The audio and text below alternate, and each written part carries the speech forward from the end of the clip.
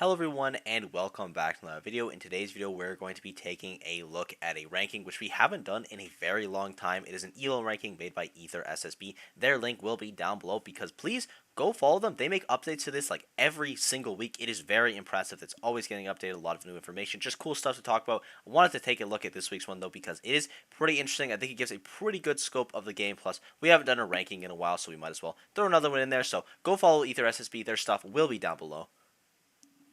Now, majority of this video, we're going to be talking about the top 30 range, though I do want to give mention to a lot of players below that because there are so many talented people on this list, so I'll just be scrolling through it and talking about some people that I thought were really interesting. Starting off with Karaage, I think that's how you say that. I know I was saying it wrong before. Hopefully I got it now, but he is number 99. He has been on an absolute tear lately, one of the best Falcons in the world. And it's really interesting that Falcon's coming back in this meta because I feel like Falcon's a character that would get phased out because he gets power crept super hard. He gets hit off stage one time and he dies, and people still have the touch of death combos that he has, but they don't have that nice offstage stuff. So really surprising that Falcon's doing this well. Jogaboo as well has been doing really well. So pretty interesting to see Falcon doing well. Another one is going to be Kananabe. Now we usually only see Light having amazing results with Fox and Passeriman sometimes, but Kananabe has been putting some really nice results on the board. He just had a really good Meisuba top 11, so he should be very happy with that. He's a huge up-and-comer right now that you need to look out for. He's number 97 as well. I don't know if I mentioned that. Number 78 is going to be Chase. Chase, kind of the same thing. Someone that you need to look out for. He's kind of already made a little bit of his rise. I think people are pretty aware of him now at this point because he beat Riddles at Genesis and had a couple other good runs after that and before that. But Chase is simply incredible, wants to be the best Palutena in the world, and honestly, he's getting closer and closer to that title, and that's not an easy title to have. There's a lot of amazing Palo players, so shouts to Chase for that. Number 75 is going to be Peebnut. Now, Peebnut is crazy. He's so good. And he plays Mega Man, which I don't really know what to think of Mega Man. I don't know if Mega Man's good. I don't know if Mega Man's bad. I think very highly of the character, though you can see his weaknesses. But the good things about Mega Man are very strong, and Peebnut is simply amazing with this character. So I really hope we can see more Peebnut results because he's also just sick when he plays. Mega Man is so fun to watch, and he's absolutely amazing. And our number 69, I swear it's not for the culture, is going to be Senra. Senra is also someone that's making big waves and is in heavy contention for best puff in the world right now. And that's kind of been base mage for a majority of Ultimate's lifespan, except like maybe towards the start that maybe you'd have like, I don't know, Red Cannon as the best puff, but like at least after the post-quarantine era, base mage has been very clearly the best puff. We have had good results from other puffs. Hungry Box is another example. Like Hungry Box, he beat base mage in the Ditto, but Senra is incredible. He's had a lot of very good results lately, and he's someone as well that you need to be looking out for in Japan. Japan has a lot of up-and-comers right now that are very scary. We saw this with Mia Akla Yoshidora era. I think we're seeing it again. This is like the third rebirth of Japan at this point because they just keep having these new top players pop up like out of seemingly nowhere. A couple more players I want to mention, the first one being Rox at number 50. Rox would be way higher if they just went to stuff, but Rox doesn't go to any majors. They're mainly farming regionals and local stuff, which is absolutely valid. It's very expensive to go to a major, but oh my lord, Rox is simply incredible. They got a Sonics win at Smash Factor. That just shows how good they are. One of the best Sheik players in the world, and they don't really get talked about enough, though that happens with a lot of Mexican players like Alan Dis, Waka, to like just immediately come to mind as like top reps to their characters that just get swept under the rug because they are from Mexico. People don't talk about that scene nearly enough, but Rox is simply incredible. Really good player. 44 is Andres FN. Andres, I haven't heard a lot of him from a while. I think he took a little bit of a break, but he's back now, and he has been doing very well. One of the best Shoto players in the world. I would probably argue the best Ken player in the world. Best Shoto, it's definitely Osimo because of that Ryu, but best Ken, I could definitely give to Andres. He is absolutely incredible, though there's a lot of good Kens on his tail. Like Jazo's really strong. Maybe he should be for that title. Vendetta's really good as well. There's a lot of amazing Ken players as well. And then 35 is going to be Neo. Now, Neo being up here, I don't really have a problem with Neo being up here. He is very good, and he's been doing incredibly well as of late, though he is over players like Ken, Jackal, Ouch, Yara, Big Boss, Lugi. I think he should probably be below all of those players, but also Neo is crazy. He's been doing very well recently, one of the best players in the world. Also pretty interesting to see that he is ranked over Shattuck by 10 whole spots, though not too many points, but still something to consider. Neo is definitely in contention for that corn spot, like number 1 corn spot. Some people say he's already earned it. The list say he's already earned it. I'm curious what you guys think, but Neo is like absolutely incredible. Even if you don't think he should be above those players, you cannot disregard how good he is because, my lord, he is talented. I also do want to give shoutouts to players that just barely missed the top 25, and honestly, like,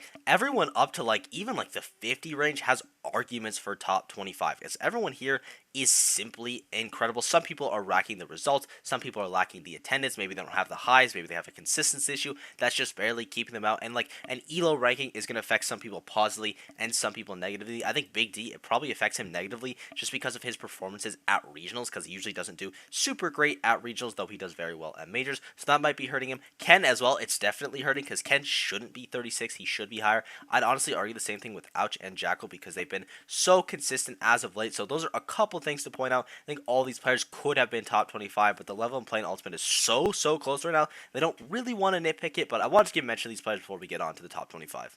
So for our bottom rung, you have Bloom Forever, Hikaru, Apollo Kage, Otorie, and Osimo. I think the only changes I would make is I'd put Apollo Kage up to 22, and I'd maybe move Otorie and Hikaru down to like the 26 to 30 range, maybe in substitution of like Kameme and Meister. I'd definitely probably put Ken up there now. Ouch, even potentially he's been doing very well. Though I think they are deserving of that spot because there are so many players deserving of this top 25 spot because again, my lord, the competition is close. The results as of late haven't been as good. The results before that though have been very strong, so I can definitely see why they are this high, but that's probably just the adjustments I'd make. Osimo being 21, I think is absolutely fine as well. Then you have the 20 to 16 range. You have Cosmos, Cola, Dabuz, Mutes, and Yoshidora. Cosmos perfect where he is. Cola perfect where he is. Dabuz is a tough one for me to rank because I feel like he should be higher because he's really consistent, but he doesn't have those same peaks that he used to be getting. Like Dabuz hasn't had a top 8 in a little bit, which is like something that he is usually getting. I think his last one is Apex. I'll correct myself if I'm wrong, but it has been a little bit since he's had a top 8, so not those same peaks, but the consistency is still there. And on the contrary, you have Mutes, who's had a little bit of consistency, which is super nice, and these insanely high peaks like Genesis alone gets you at 17th. That's absolutely fine placement for him. Yoshidora as well. Even though he's had a rough last 2 tournaments, I think it was just a rough last 1 tournament, which was like a 13th place at a super major, so it isn't the end of the world. He's definitely deserving of this 16th spot. Yoshidora is simply cracked. I think all the players within this range are like 100% deserving. Those are a couple players I'd maybe move a little bit down. There's no one on here. It's like they shouldn't be on here. They haven't been having the performances.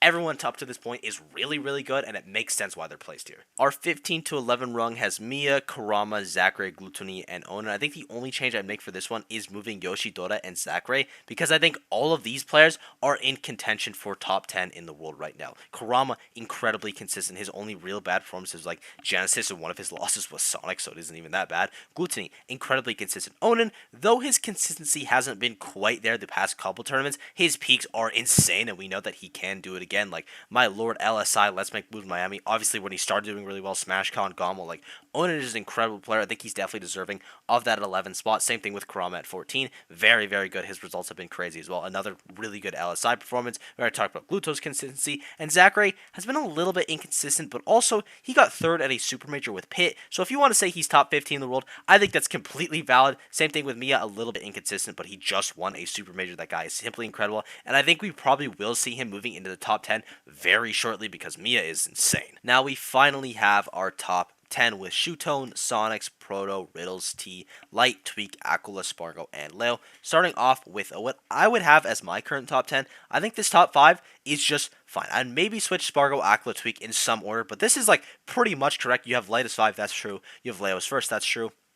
My number 6 would definitely be Sonics. He's been doing very well as of late. So I'd have him at 6. I'd have T at 7th. I'd probably have Shootone or Gluttony at 8 and 9th. And for 10th place, I'm not really sure because I wouldn't have Proto in my top 10 right now. Though I do get why he is top 10 on this ranking because it is over a longer time period. Not just these past couple months where Proto has been inactive. Also, incredibly hyped to see him at Summit. I'm really curious to see how he's going to do. Probably going to be very well because it's Proto in NA. But this, leaving Proto out of the top 10 leaves a little bit of a gap. I don't know if you have Riddles at 10 because his results haven't been as good as they used to be. Maybe you have Onan, maybe you have Kurama, maybe you have Mia, maybe you have Zachary, Yoshidora, Mutes just had a couple really good tournaments. Cosmos has been incredibly consistent. There's so many people that, Osimo as well, there's so many people that you could fit in that number 10 spot. So I'm really curious on what you guys have as your top 10, but most specifically, what do you have as your number 10 player? Because I feel like there's 8 players that are 100% top 10 now. At least 7 players that are like, yeah, these guys are guaranteed top 10. Maybe the order's a little bit changed, but the other 3 are a little bit up in the air. But that number 10 spot, I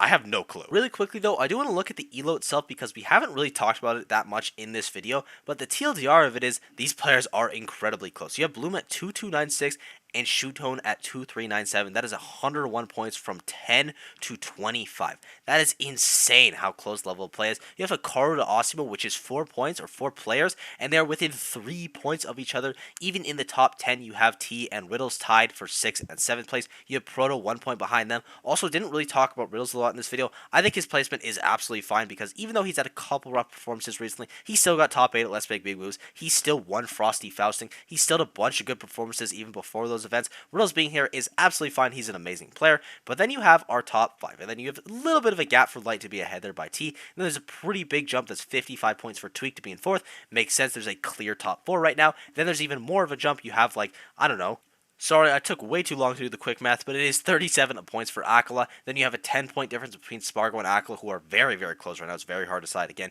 it's kind of just like, do you value Aquila doing really well in Japan, or do you value what he comes over here he doesn't do as well? And then you have a 22 gap for Leo. He is clearly the best. 2 and 3, a little bit up in the air. 4 is kind of cemented. 5 is kind of cemented. 6, 7, 8, very, very unclear. Even I'd argue 9 and 10 are pretty unclear as well. The level of playing Ultimate right now, it's made everything so close. The game is so sick to watch, and I thank you guys for watching. I hope you enjoyed. Again, I'm very curious what you guys think of this list. I thought it was pretty good. I haven't talked about a ranking in a while, so it's always nice to do one of these super refreshing. Go follow Ether. Their stuff will be down below. Again, this list is just really cool, and they're making updates constantly to it, which just shows a lot of dedication, a lot of hard work being put into this. So yeah, thank you guys for watching. I hope you enjoyed. Sport's been absolutely unreal lately, and I will see you all in the next video.